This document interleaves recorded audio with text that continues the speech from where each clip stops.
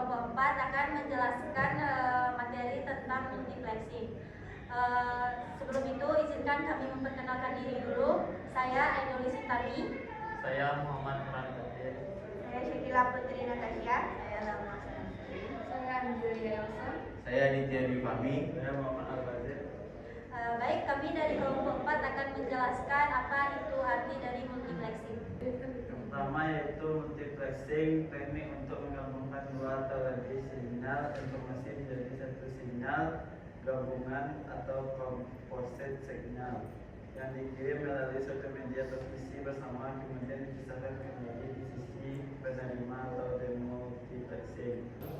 Yang kedua yaitu ada alasan multiplexing digunakan jika setiap sinyal menggunakan satu saluran sendiri, maka banyak media terbuang atau tidak efisien, biaya pemasangan dan perawatan meningkat. Tidak memungkinkan untuk melayani banyak pengguna secara bersamaan, maka digunakan multiplexing, yaitu menggabungkan beberapa sinyal menjadi satu sinyal gabungan untuk dikirim bersama melalui satu saluran komunikasi. Jadi keuntungan menggunakan multiplexing yaitu pemanfaatan seluruh lebih efisien, menurunkan biaya jaringan, meningkatkan kapasitas sistem atau banyak pengguna bisa berbagi satu media, dan menghemat perangkat keras, transmitter, kabel, dan antena. Kemudian akan dijelaskan oleh rekan saya yaitu Farhan. Pada Farhan dipersilakan. Selanjutnya, tujuan utama multiplexing. Yang pertama, efisiensi penggunaan media transmisi. Setiap sinyal tidak perlu saluran sendiri. Banyak sinyal bisa berbagi satu kabel, serat optik, atau kanal frekuensi, dan membuat pemanfaatan bandwidth menjadi maksimal. Yang kedua, menurunkan biaya sistem komunikasi karena cukup menggunakan satu saluran untuk banyak sinyal. Dan peralatan jadi lebih mudah. Yang ketiga, meningkatkan kapasitas jaringan komunikasi multiplexing, memungkinkan ribuan sinyal, suara, atau data dikirim bersamaan.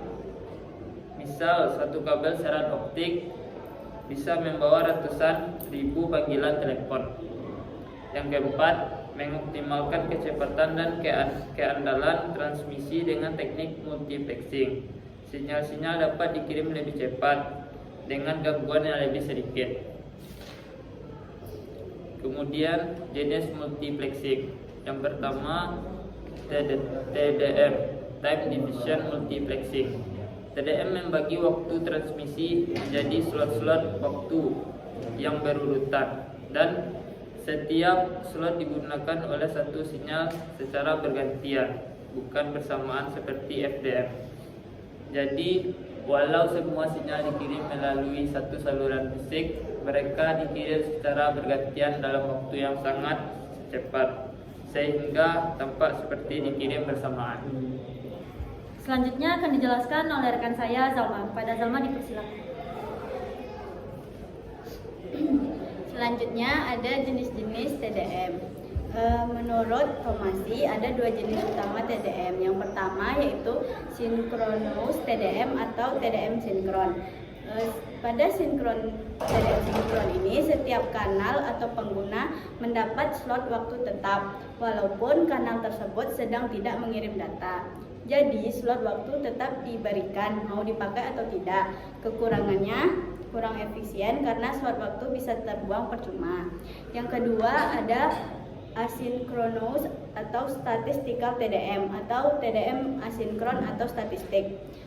Pada TDM asinkron atau statistik ini slot waktu diberikan secara dinamis hanya kepada kanal yang sedang aktif mengirim data. Lebih efisien daripada TDM sinkron karena tidak ada slot waktu yang terbuang. Selanjutnya ada cara kerja TDM. Cara kerjanya yang pertama yaitu setiap sumber data mengirimkan sinyalnya secara bergantian berdasarkan urutan waktu tertentu. Yang kedua yaitu pengiriman dilakukan secara sangat cepat sehingga terlihat semua pengguna mengirim sinyal secara bersamaan, padahal sebenarnya bergantian. Contohnya yaitu jika ada 4 pengguna, maka waktu dibagi menjadi 4 slot. Slot 1 user A, slot 2 user B, slot 3 user C, dan slot 4 user D. Setelah keempat slot selesai, proses diulang terus-menerus. Kemudian akan dijelaskan oleh saya sendiri, yaitu jenis multiplexing. Yang pertama ada frekuensi division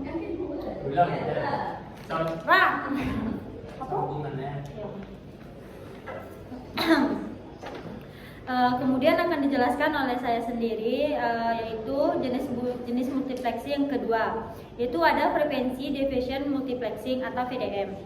Adalah teknik multiplexing analog di mana beberapa sinyal dikirim secara bersamaan melalui satuan media transmisi, tetapi masing-masing sinyal mendapati pita melalui satuan media transmisi. Frekuensi atau bandwidth yang berbeda jadi perbedaan utama dengan TDM atau time division demultiplexing. Kemudian ada TDM digunakan untuk sinyal digital. Setiap sinyal memakai waktu beberapa dalam satu jalur dan media dibagi menjadi slot waktu. VDM digunakan untuk sinyal analog. Setiap sinyal memakai frekuensi berbeda, media dibagi menjadi band frekuensi. Kemudian ada karakteristik VDM. Digunakan untuk sinyal analog, itu modulator untuk memindahkan sinyal ke frekuensi tertentu, misalnya 100 MHz, 105 MHz. Yang kemudian ada memerlukan bandpass filter dan modulator. Itu modulator untuk memindahkan sinyal ke frekuensi tertentu, dan bandpass filter untuk menyaring sinyal agar hanya berada pada rentan frekuensi yang diinginkan. Kemudian mudah diimplementasikan tapi boros bandwidth. Jika jumlah kanal banyak, setiap kanal butuh ruang frekuensi. Jika jumlah kanal banyak, total bandwidth yang dibutuhkan sangat besar. Ada jarak guard band antar kanal, menambah pemborosan bandwidth. Contoh, radio FM satu kanal 200 kHz. Jika ada 20 stasiun, maka 20 kali 200 kHz sama dengan 4 MHz. Kemudian ada cara kerja. Yang pertama itu setiap sumber informasi, suara, data, video, dan lain-lain tidak langsung digabungkan, tetapi lebih dahulu dikenakan proses modulasi. Tujuan mengubah sinyal asli menjadi sinyal frekuensi tinggi agar bisa ditempatkan pada frekuensi berbeda-beda. Contohnya, sinyal 1 modulasi ke carrier 90 MHz, sinyal 2 dimodulasi ke carrier 95 MHz, yang ketiga sinyal dimodulasi ke carrier 100 MHz.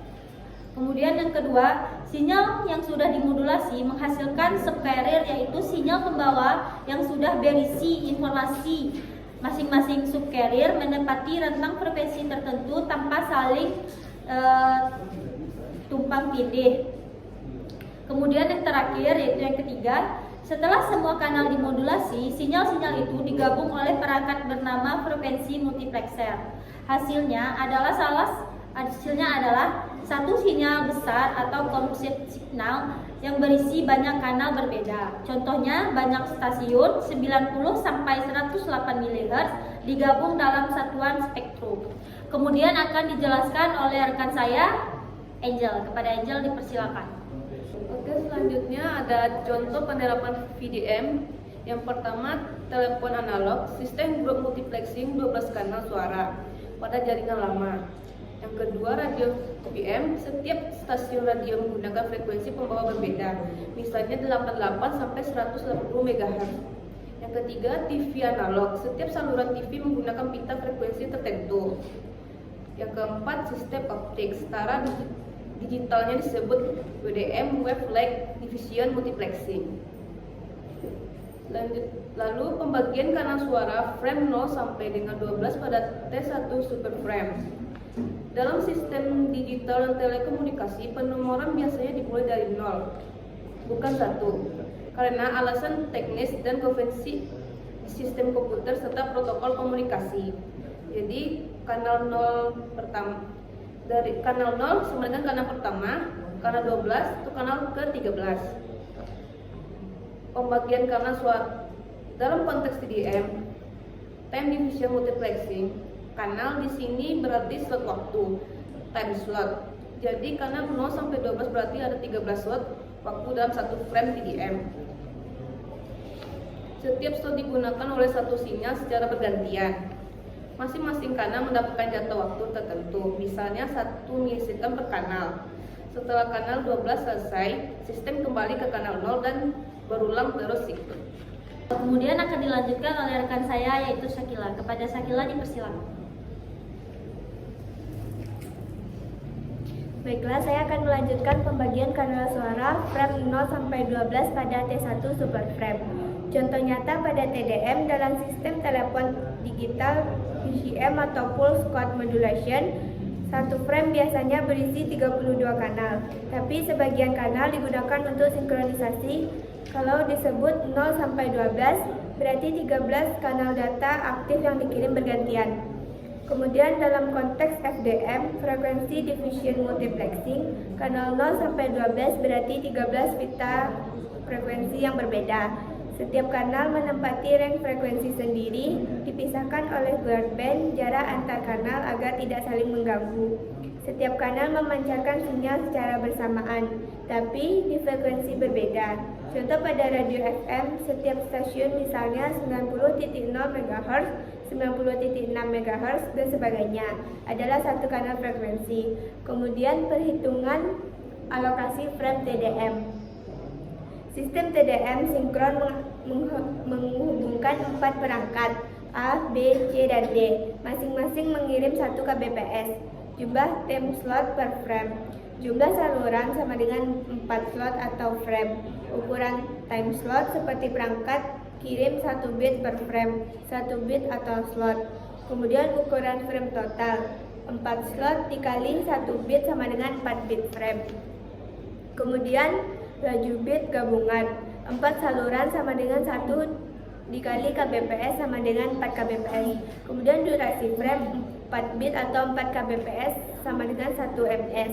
Kemudian durasi per time slot 1 ms atau 4 sama dengan 0,5 ms. Baiklah, saya akan menjelaskan kembali perhitungan alokasi frame TDM itu.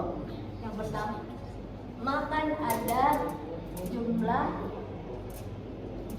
time slot per frame. Jadi kenapa di time per slotnya itu ada 4 slot? Karena kan tadi soalnya sistem TDM sinkron menggabungkan 4 perangkat, berarti 4 slot itu terdiri dari 4 perangkat.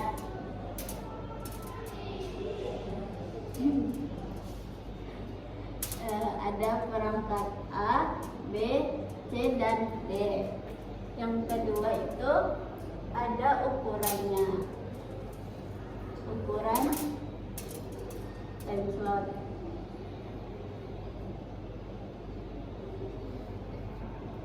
Jadi ukurannya karena setiap perangkat itu mengirim 1 bit setiap kali gilirannya datang. Jadi 1 time slot sama dengan 1 bit. Yang ketiga yaitu ukuran frame totalnya.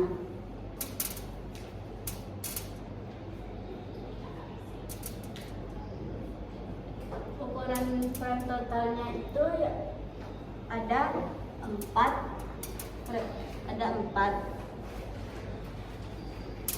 Kenapa? Karena tiap slot kan membawa 1 bit. Jadi 4 dikali 1 bit sama dengan 4 bit. Yang keempat ada laju bit gabungan.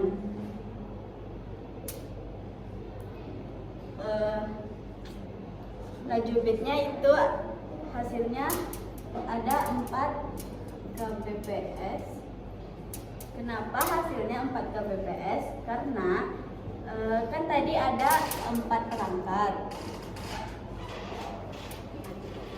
Terus yang dikirimnya kan 1 kbps, berarti 4 perangkat dikali 1 kbps. Hasilnya ini. Yang kelima ada durasi 1 frame. Durasi 1 frame. Durasi 1 frame ini rumusnya yaitu jumlah bit per frame dibagi laju bit gabungan. Jumlah bit per frame-nya kan ada 4, berarti 4 bit dibagi laju bitnya kan tadi kita udah cari hasilnya 4 kbps, berarti 4 bit dibagi 4 kbps. 4 kbps ini sama dengan 4000 kbps. Jadi 4 dibagi 4000 sama dengan 0,001 detik atau sama dengan 1 milisecond per detik. Jadi durasi 1 frame-nya itu ada 1 milisecond per detik. Karena ada 4 slot, maka slot A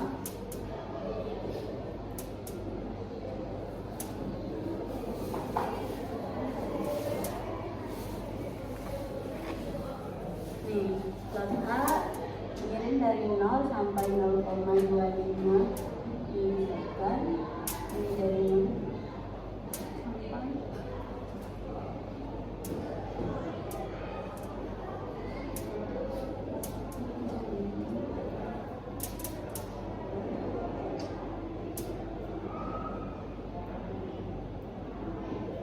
mungkin penjelasannya hanya ini yang bisa saya sampaikan. Kemudian untuk ilustrasi PDM dan TDM-nya akan dijelaskan oleh Aditya dan Angel. Kepada Aditya dan Angel dipersilakan. Berikutnya saya akan menjelaskan time division multiplexing. Multiplexing dapat digambarkan yaitu seperti ada satu channel yang bisa memuat beberapa slot. Contohnya seperti ini. Dari multiplexer akan membawa menjadi demultiplexer. Contohnya seperti ini.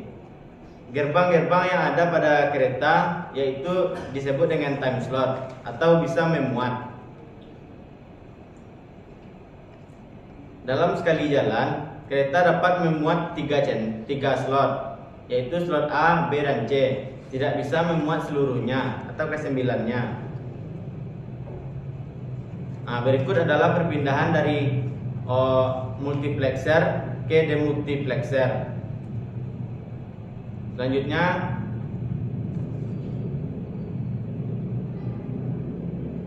dan selanjutnya. Berikut adalah frekuensi FDM, yaitu frekuensi division multiplexing. Gambar ini menunjukkan bagaimana beberapa sinyal digabungkan dalam satu media frekuensi division multiplexing. Pada gambar ini menunjukkan bagaimana beberapa sinyal, yaitu sinyal A, B, dan C bisa dikirim bersamaan dalam satu saluran dengan cara memisahkan frekuensinya. Bagian kiri sinyal A yaitu gelombang hijau, sinyal B gelombang biru, dan sinyal C gelombang merah. Ketika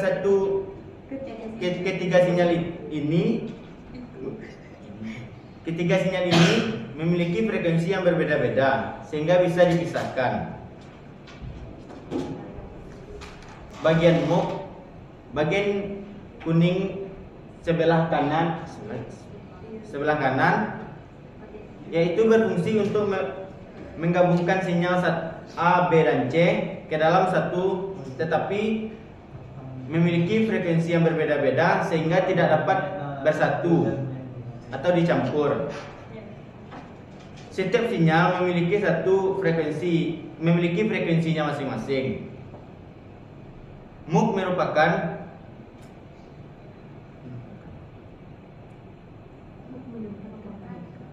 menempatkan mereka ke dalam satu saluran frekuensi yang berbeda.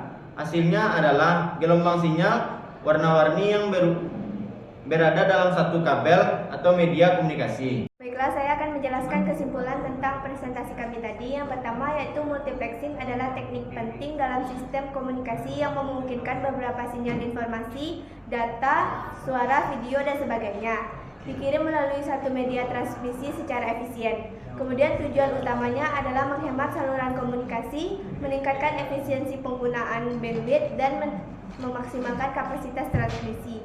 Kemudian TDM membagi waktu cocok untuk sinyal digital. FDM membagi frekuensi cocok untuk sinyal analog. Keduanya bertujuan mengirim banyak sinyal melalui satu saluran tanpa saling mengganggu. Baiklah, mungkin itu presentasi kami dari kelompok 4. Kami ucapkan Assalamualaikum warahmatullahi wabarakatuh.